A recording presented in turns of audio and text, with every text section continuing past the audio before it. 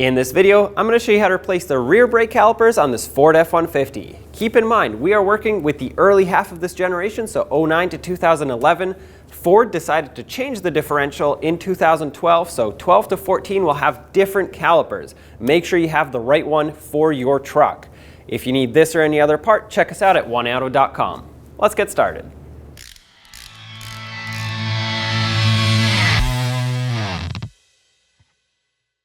Use your 21mm socket, remove all 6 of your lug nuts, and then remove the wheel.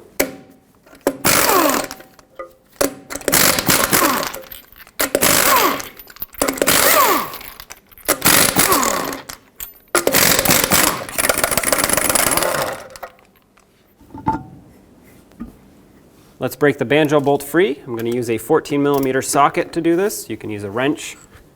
Breaking it free now allows you to have an easier time removing it once the caliper is off of the vehicle. I'm snugging it back up just so it doesn't leak brake fluid everywhere, but I'm going to leave it as is for now.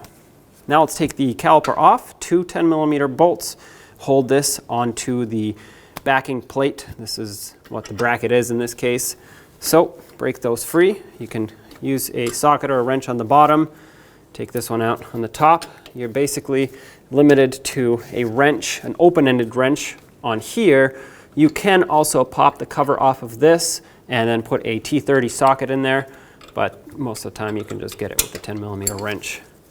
This also provides you with some nice leverage to spin this bolt out by hand, but you cannot remove it all the way because the leaf spring is going to be in the way. So we're going to leave this in here. It'll come out with the caliper.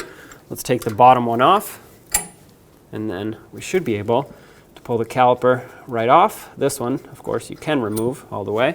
There's nothing in the way. Get the caliper to swing up or swing out from the bottom, and then pull it down and off. At this point, you can remove this, set it aside. Make sure they're in good condition. These are pretty narrow, thin bolts, so if they're rotted, corroded in any way, discard them, get new ones. And now we have to get the pads out so we can put them in the new caliper. All you have to do is just pry this one in and out. And then this one should slide straight down. Now sometimes you may need a hammer for this just because these are pretty tough in here. So yep, gonna grab a hammer and pop this pad out. There we go. Now let's lubricate the slider pins. I'm going to pop that one out, add some grease in here. Now, yeah, they do come with a little bit of grease from the factory, but I like to add extra grease. Work it into the boot, push that through. Any excess grease will come right out. Let's do the other side as well. I'm using high temperature brake rated silicone paste. Make sure whatever you're using is rated for high temperature. Otherwise it can melt as the brakes get hot. That would not be good. I'll just put the extra on here. You don't have to coat the face of the piston if you don't want to, but sometimes it does help with noise reduction. Anyway, let's pop this one out. Do the same on this side. Add some grease in there. And the other end of it.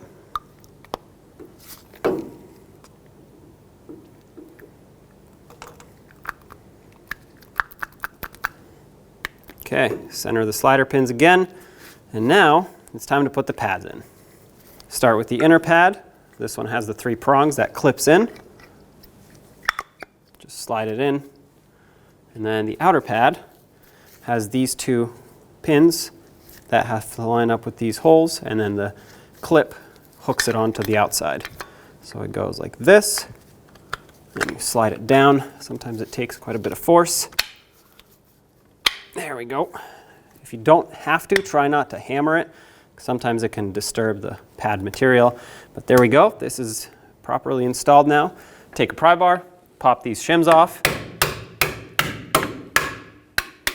There we go. And do the same to the top one. Sometimes they're a little rusty here. That's why it's important to clean this up very well. However, when you clean it, don't sand too much. If you sand too much, you need a new backing plate, because this is not just the caliper bracket or, well, the area where the pads slide, but it's also the backing plate. So if you sand too much, you remove too much material, now those shims are floating, not good. So you just want to clean it up lightly. I'm going to start with a wire brush. If that is not enough, then I will very gently sand or use a file, but you don't want to just grind it down. I'm going to wet this down with some brake parts cleaner to prevent the dust.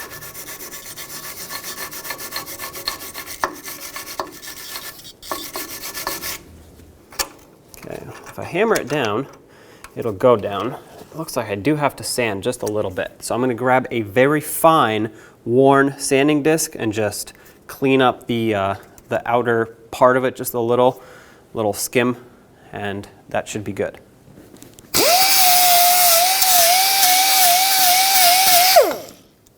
I'm happy with this. Let's put some grease on so that it hopefully slows the rust down a little bit.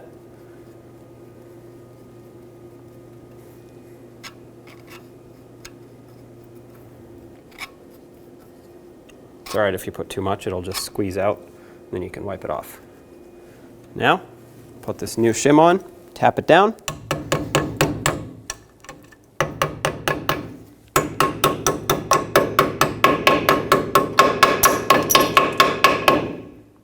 That's perfect. Let's do the same to the top one.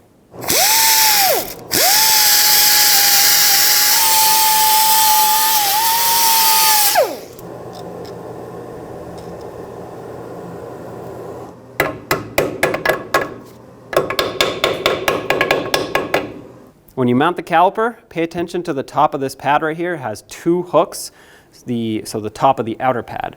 So that has to go in first, and then this one doesn't matter because it only has one. At the bottom, they only have one. So basically, it has to go up and then slide or pivot down. So if it doesn't fit, it's because the slider pins are in the way. That's hooked on perfectly. Push this one out of the way, and then, oh, there you have it. Just fell right in place. So that's perfect. Oh, however, I forgot to put the top bolt in. Make sure you slide that through. Now, hook it on. There we go. All right, because this one doesn't have enough clearance. So, start that in.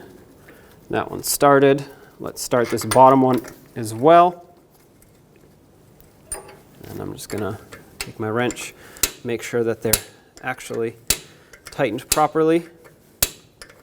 The torque for these is going to be 22 foot-pounds.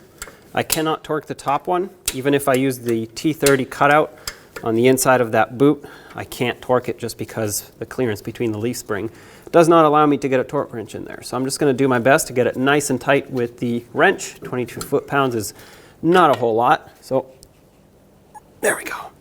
Just make it nice and snug. I'm going to snug this one up as well. I'm going to come back and torque it.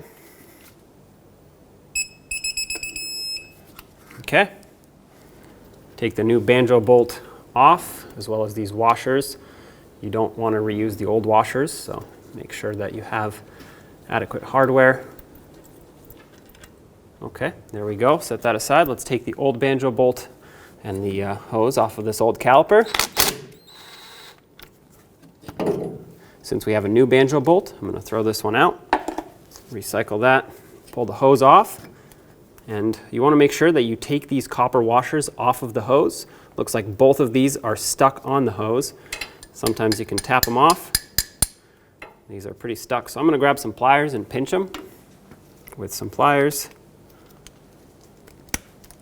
Oh, there's that. The surface looks very good underneath that, so I'm not worried about it. Let's do the same to the other side. Now get the new banjo bolt with a new washer. Make sure you're facing it the right way, so the hose needs to swoop around like this. Has a little flat spot at the bottom that needs to face outward. And before you put it in, make sure you put the other copper washer on, just like that. Hold the hose so that it's lined up, and start the bolt in.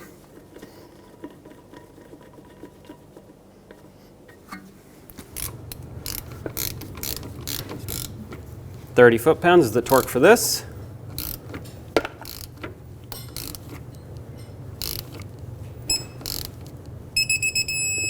That's it right there. Clean this off with a brake parts cleaner. That way you don't confuse the residual fluid for a potential brake leak.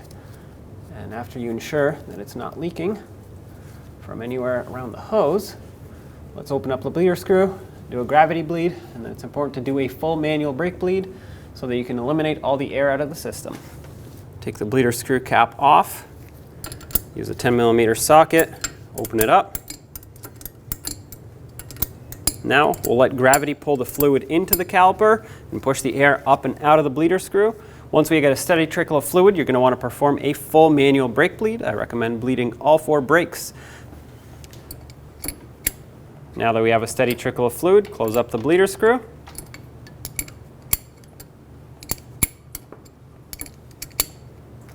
Snug it, perform your full manual brake bleed. That way you can ensure all the air is out of the system. With that done, rinse everything off.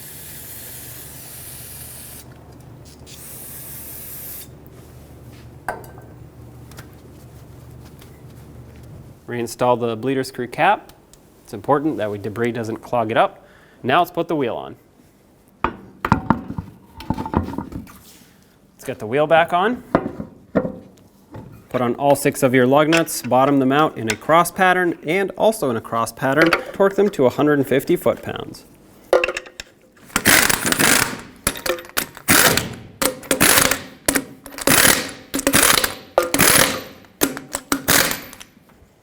Once again, 150 foot-pounds in a cross pattern.